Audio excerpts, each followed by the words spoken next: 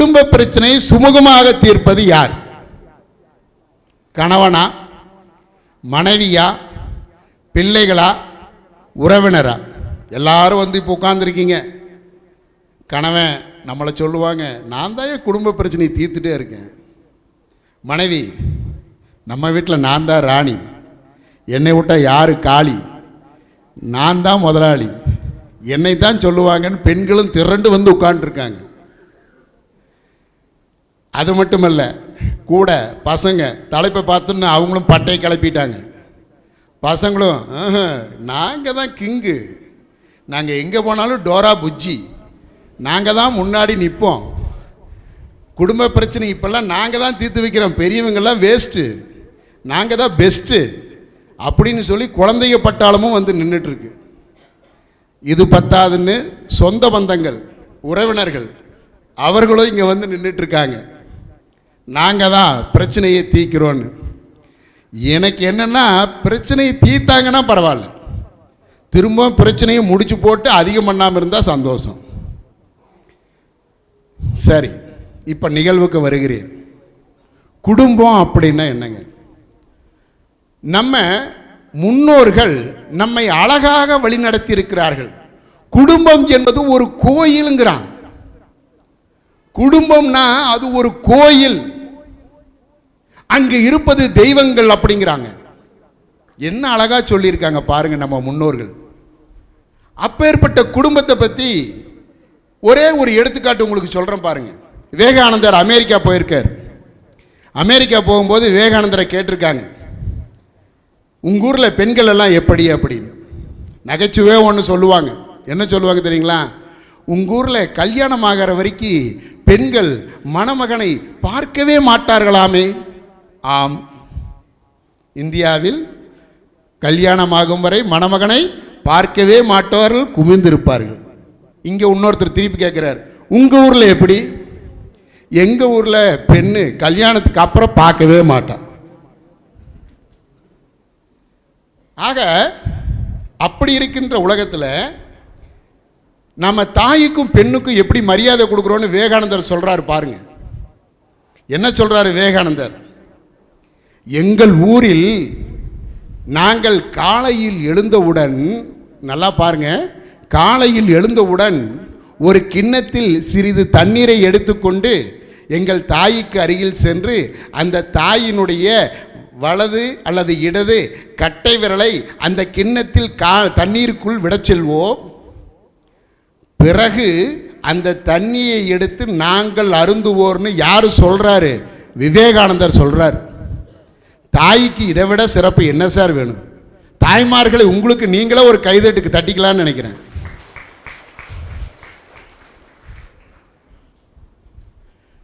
நம்ம முன்னோர்கள் மாதா, பிதா, குரு, தெய்வம்னு அழகாக வரிசையாக கொடுத்துட்டு போயிருக்கேன். நம்ம முன்னோர்கள் எல்லாம் வந்து நமக்கு அருமையான ஒரு வழிகாட்டி, அழகாக நமக்கு என்ன வேணுங்கிறத வகுத்து கொடுத்துட்டு போயிட்டே இருக்காங்க. நாம் அதை பின்பற்றினோமா, நாம கடைபிடிச்சோமா? குடும்பம் என்பது கோயில். அர்த்தமுள்ள இந்து மதத்தில் அருமைக்குரிய கண்ணதாசன் அவர்கள் எழுதுகிறார். என்ன எழுதுறாரு தெரியுங்களா? ஒரு குடும்பம், ஒரு இந்து குடும்பம் 2000 கோயிலுக்கு சமம். 1000 கோயில் கூட சொல்லலைங்க, 2000 கோயிலுக்கு சமம். அப்பேற்பட்ட குடும்பத்தில் இருக்கிறது தாங்க பெரிய விஷயம். நாம நம்ம குடும்பத்தை சந்தோஷமா நினைக்கணும். கிடைத்ததை மகிழ்ச்சியோடு ஏற்றுக்கொள்ள வேண்டும், விட்டு கொடுத்து செல்ல வேண்டும். வேற ஒண்ணுமே வேண்டாங்க. கிடைத்ததை ஏற்றுக்கொள்ள வேண்டும். கிடைத்ததை நாம் ஏற்றுக்கொண்டால் வாழ்க்கை மகிழ்ச்சியாக இருக்கும். செல்வ கணபதினு ஒரு சொற்பொழிவாளருங்க, சென்னையிலிருந்து இங்கே வந்தார். என்னுடைய தந்தையார் நினைவு சொற்பொழிவு வந்து பேசினார். அவர் ஒன்று குறிப்பிட்டார். என்ன அப்படின்னா, பெண்கள் வந்து எப்படி இருக்காங்கன்னு அவர் ஒரு சின்ன ஒரு செய்தி சொன்னார். இப்போது என் கையில் வாட்ச் இருக்குன்னு வச்சுங்க, அடுத்தவர் கையில் வாட்ச் இல்லை. அப்போ என் கையில் வாட்ச் இருக்கேன்னு பார்த்து பொறாமப்படுறது நியாயமா இல்லைங்களா? நியாயமா இல்லைங்களா? நியாயம். ஆனால் இங்கு பெண்கள் ஒரு பொண்ணு வாட்ச் கட்டி இன்னொரு பொண்ணு வாட்ச் கட்டியிருந்தா நான் வாட்ச் கட்டியிருக்கேனே, இந்த அம்மாவும் வாட்ச் கட்டியிருக்கேன்னு பொறாமப்படுறது தான் பொறாமைக்கு அதிகம்னு சொல்றார் செல்வ கணபதி அவர்கள். ஒரு இந்து கூட்டு குடும்பம் வெற்றிகரமாக இருக்கணும்னா ரெண்டே விஷயம்தான், ஒன்றுமே இல்லை, இருப்பதை மகிழ்ச்சியாக ஏற்றுக்கொள்ள வேண்டும் ஒன்று. இரண்டு, நாம் நம் குடும்பத்தை சிறப்பாக வழிநடத்த வேண்டும். சரி, இதில் விட்டு கொடுத்து செல்ல வேண்டும், குடும்பத்தில் விட்டு கொடுத்து செல்ல வேண்டும். இந்த நிகழ்வில் கடைசியாக ஒன்னே ஒன்று சொல்லிட்டு நான் நிகழ்ச்சிக்கு போயிடுறேங்க. மெக்கா ஹஜ் பயணத்தை பற்றி உங்களுக்கு தெரியும். நபிகள் நாயகம் இருக்கார் அல்லவா, அவர்கிட்ட ஒருத்தர் கேள்வி கேட்குறாருங்க. ஹஜ் பயணம் என்னால் வசதி இல்லை, ஹஜ் பயணம் போக முடியாது, ஆனால் மெக்கா போக முடியலன்னு எனக்கு வருத்தமாக இருக்குது, நான் என்ன செய்கிறதுன்னு கேட்டார். அதுக்கு நபிகள் நாயகம் சொல்கிறாருங்க, என்ன சொல்கிறாரு, நீ மெக்கா செல்ல முடியவில்லை என்றால் வருத்தப்பட வேண்டாம், நீ உன் தாயை வணங்கி அவரை வலம் வந்தால் மெக்காவுக்கு சென்றால் உனக்கு என்ன பலன் கிடைக்குமோ அதே பலன் கிடைக்கும் என்று கூறுகிறார். ஆக நம்ம வீட்டில் அம்மா அப்பா தெய்வங்கள், முன்னறி தாய் தந்தை முன்னறி தெய்வம், அன்னையும் பிதாவும் முன்னறி தெய்வம் வீட்டிலே இருக்காங்க, வணங்குங்க, கடமையை செய்யுங்க, குடும்ப பிரச்சனை இல்லாமல் ஓடிட்டே இருக்கும். அதுதான் கோயில். இந்த கோயில் இருக்கிற பிரச்சனைகளை தீர்ப்பது யார்? அணி வந்துட்டாங்க. நான் இனி நிகழ்ச்சிக்குள்ளே போகிறேன், ரொம்ப நேரம் எடுத்துக்கிட்டேன், மன்னிப்பு கேட்டுக்கொண்டு இப்பொழுது நிகழ்ச்சிக்கு செல்லலாம். இந்த அருமையான நிகழ்வில் ஒரு மிகப்பெரிய ஒரு கிண்ண சாதனை செய்த உங்கள் பகுதியில் இருக்கக்கூடிய ஒரு மிகச்சிறந்த மனிதர், அவருக்கு ஒரு பலத்த கைதட்டை நீங்கள் கொடுக்கணும் அப்படிங்கிறது என்னுடைய வாய்ப்புக்கு. இப்போ அவரை இந்த நிகழ்ச்சியை துவக்கி வைக்க அக்குவேர் ஆணிவேர் சார்பாக அன்போடு அழைக்கின்றேன். வாழ்க வையகம், வாழ்க வளமுடன். குடும்ப பிரச்சனைகளை சுமூகமாக தீர்ப்பது கணவனா, மனைவியா, பிள்ளைகளா, உறவினர்களா, கலோக்கியில் புருஷனா, பொண்டாட்டியா, குழந்தை குட்டிகளா, உறவினர்களா, ரிலேட்டிவ்ஸ்னு சொல்லிக்கலாம், அது நல்ல தமிழ் தான். அப்புறம் இந்த நிகழ்ச்சிக்கு என் பொண்டாட்டி சொன்ன என்னுடைய மனைவி வந்திருக்கிறார். இன்றைக்கி ஒரு நாள் மட்டும் நான் மனைவியாக இருந்து கொள்கிறேன். ஏன்னா மனைவி மற்றும் குழந்தைகளுக்காக நான் இந்த நடுவர் பேசுகிறேன், கணவர் உறவினர்களுக்காக இந்த நடுவர் பேசுகிறாங்க. என்னுடைய மனைவி வந்திருக்கிறார். பிள்ளை அப்படின்னா பெற்கவில்லை என்றாலும் பிள்ளையாக நினைத்து கொண்டிருப்பவரும் வந்திருக்கிறார். இந்த குடும்பம் அப்படின்னாலே அவர் சொன்னார் கோயில் அப்படின்னார். எல்லாம் சொல்லுவான் குடு இன்பம், அதான் குடும்பம். இதில் பெண்களுடைய பங்கு ரொம்ப அதிகம். குறிப்பாக இந்த கிண்டல் பண்ணுறதுனாலே இந்த பொண்டாட்டியை தான் உங்களுக்கெல்லாம் இழிச்சவை. கணவர்களுக்கு உப்பு சரியில்லை, காரம் சரியில்லை, புளி சரியில்லை, ஒரு நாள் வீட்டில் இல்லைன்னு வச்சுக்கோங்க, புடுங்குன்னு புடுங்க. புருஷன் சமைச்சு சாப்பிட்டாருன்னா அப்புறம் ஆஸ்பத்திரியில் போய் தான் கொடுக்கணும் காசு. மனைவி அப்படிங்கிறவ இவன் பாரு ஊதாரித்தனமாக சுற்றிட்டு இருக்கிறான், இவனுக்கு ஒரு கண்ணாலத்தை பண்ணி வைக்கணும். பிள்ளைகளுக்கு அப்படி சொல்லியிருக்கிறோமா, இது பாரு இந்த பிள்ளை எப்படி இருக்குது, ஒரு கல்யாணம் பண்ணி வைக்கணும். இல்லை, ஒரு ஆண் எப்போது முழுமை பெறுகிறான் என்றால் திருமணத்தில் தான் முழுமை பெறுகிறான். ஒரு திருவிழா நடக்குது, உங்களுக்கு தெரியும், கிராமத்தில் எல்லாரும் கூட்டம் போட்டு பேசுகிறோம், எப்படி இந்த திருவிழாவை நடத்தலான்னு பேசுகிறோம். ஒரு பையன் எந்திரிக்கிறான், அவனுக்கு ஒரு 35 வயசு இருக்கும். ஒரு பையன் எந்திரிக்கிறான், அவனுடைய கருத்தை சொல்கிறான், யோ நீ உட்கார், உனக்கு இன்னும் கல்யாணம் ஆகலை, உனக்கு விவரம் பத்தாது உட்காருன்னு. இந்த 22 வயசு இருக்கிறவனுக்கு கல்யாணம் ஆகிருக்கு, அவன் பேசுகிறான். ஏன்னா திருமணம் அப்படிங்கிறத ஒரு அங்கீகாரமாக மனைவி வந்ததுக்கு அப்புறம் தான் நமக்கு கொடுக்குறாங்க. ஒரு பத்திரிகை பார்த்தேன், மனைவி மனை ஏற்பு விழா. என்னையா அதுன்னு யோசிச்சு திருமணத்துக்கு தான் அப்படி போட்டிருந்தான். ஏன்னா கன்ஃபியூஸ் ஆயிரும்ல நம்மளுக்கு. மனைவி மனை ஏற்பு விழா யோசிச்சு பார்த்தோம். மனைவி அப்படிங்கிறவளுக்கு என்ன இவ்வளவு சிறப்பு?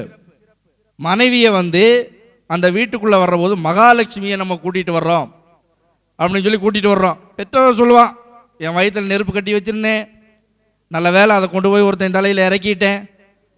அது எல்லா பெற்றவர்களுக்கும் இருக்கக்கூடிய பயம். இருந்தாலும் அந்த பெண் அந்த வீட்டை விட்டு போகும்போது தந்தை விடுகின்ற கண்ணீர் என்னது? பெண் அப்படிங்கிறவ மேல தந்தை மிகுந்த பாசம் வைத்திருப்பான். பல பிரச்சனைகளை இந்த பெண் குழந்தை தீர்த்து வைத்திருக்கும். டைவர்ஸ் வரை போன பிரச்சனைகளை பிள்ளைகள் தீர்த்து வைத்திருக்கிறார். பிள்ளைகளுக்காக பரவாயில்ல இருந்துக்குவோமே அப்படின்னு எல்லாம் இருந்திருக்கிறாங்க.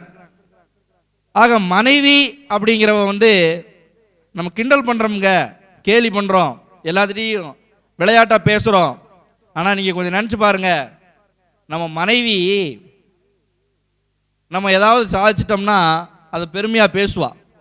நம்ம கிட்ட இருக்கக்கூடிய திறமையை பெருமையா எம்ஏ எம்ஃபில் அப்படின்பா வீட்டுக்காரரை. அவ கம்மியா படிச்சிருப்பா. எந்த புருஷனாச்சும் பொண்டாட்டி ஜாஸ்தியா படிச்சுட்டா பெருமையா சொல்லி கேட்டிருக்கீங்களா? மனசாட்சியை தொட்டு சொல்லணும், நான் உட்பட சொல்ல மாட்டோம். ஏன்னா நம்மளுக்கு ஈகோ அதிகம். சாரி, இவங்களுக்கு ஈகோ அதிகம். ஏன்னா இப்போ நான் மனைவி.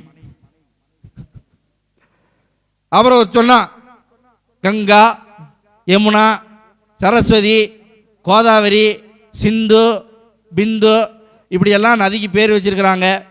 பெண்கள் பேர் தான் வச்சிருக்கிறாங்க. உடனே ஒருத்தர் சொன்னார், கொஞ்சம் அசந்தா அடிச்சுட்டு போயிடும், அதனால தான் பொம்பளை பேர் வச்சிருக்கிறாங்கன்னு. ஏங்க இப்படி முட்டாள்தனமாக யோசிக்கிறீங்க? நதியினுடைய அமைப்பு உங்களுக்கு தெரியுமா? வானத்திலிருந்து நதி விழுகுது. அதனுடைய தன்மை என்ன? விழுந்தோன்னே பள்ளத்துக்கு ஓடி வந்துடுது. பள்ளத்துக்கு ஓடி வந்தோன்னே நதியை போலதான் வாழ்க்கை. பள்ளத்துக்கு ஓடி வந்துடுது. பள்ளத்துக்கு ஓடி வந்தோன்னே என்ன பண்ணுது? அதனால முடிந்த வரைக்கும் இருக்க இந்த கரடு முரடு செடி சத்தையெல்லாம் அடிச்சுட்டு வருது. அதாவது பிரச்சனைகளை எதிர்கொண்டு கம்பீரமாக நடைபோட்டு வருகிறாள். நடந்தால் வாழி காவேரி. மரம் இருக்குது, அடிச்சுட்டு வருது. இடையில ஒரு மலை வந்துடுது, மவுண்டைன். ஏன்னா இடையில கொஞ்சம் தமிழும் பேசணும்ல. மவுண்டைன் வந்துடுது. இந்த மலை வந்த உடனே இந்த நதி என்ன பண்ணுதுன்னா, மலைகிட்ட முட்டி மோதி விளையாடலை. ஏன்னா அதுக்கு தெரியும் முட்டி மோத முடியாதுன்னு. வளைந்து கொடுத்து செல்கிறது. எப்படி? கணவனை புரிந்து கொண்டு, எல்லாம் பொம்பளையில் தான் குத்தம் சொல்லுவான், மாமியார்னு சொல்லு. ஏப்பா அவனை பற்றி தெரியாதா, கொஞ்சம் அட்ஜஸ்ட் பண்ணிப்போ, கொஞ்சம் அட்ஜஸ்ட் பண்ணிப்போ, உன் வழியில் கொண்டு வந்து திருத்து, உன் வழியில் கொண்டு வந்து திருத்து. இப்போல்லாம் பொண்ணு கிடைக்கிறது ரொம்ப கஷ்டங்க. நான்லாம் ரொம்ப கஷ்டப்பட்டு கல்யாணம் பண்ணேன். இவங்களுக்கெல்லாம் சாதாரணமாக இருக்குது என்னமோன்னு. இப்போ பொண்ணுக்கு வரதட்சணை கொடுத்து கல்யாணம் பண்ணுற நிலைமையில் இருக்குது. அந்த நதி வளைந்து கொடுத்து செல்கிறது. இறுதியாக தன் இலக்கான பயணத்தை முடிப்பதற்கு முன்பு குடிநீராக பயன்படுகிறது, ஆடு மாடுகளுக்காக பயன்படுகிறது, மின்சாரத்துக்கு பயன்படுகிறது. பயணத்தை முடித்து கொண்டு சமுத்திரத்திலே சென்று கலக்குகிறதால், எல்லோருக்கும் பயன்படுவதால் நதிகளுக்கு பெண்கள் பெயரை வைத்தான். இதை நம்ம சாதாரணமாக சொல்ல அல்ல. நதியை போலே நாமும் நடந்து பயன்பெற வேண்டும், கடலை போலே விரிந்த இதயம் இருந்திட வேண்டும், வாழும்போது பிறருக்காக அழுதிட வேண்டும், வாழும் வாழ்க்கை உலகில் என்றும் நிலை பெற வேண்டும். நீங்க எலெக்ஷனுக்கு ஓட்டு கேட்கறேன்னு நினைக்க கூடாது. இது இந்த தலைவருக்காக நான் பாடினது. நீங்க யாருக்கு வேணா ஓட்டு போட்டுக்குங்க. ஆக பெண்கள் இந்த நாட்டின் கண்கள்.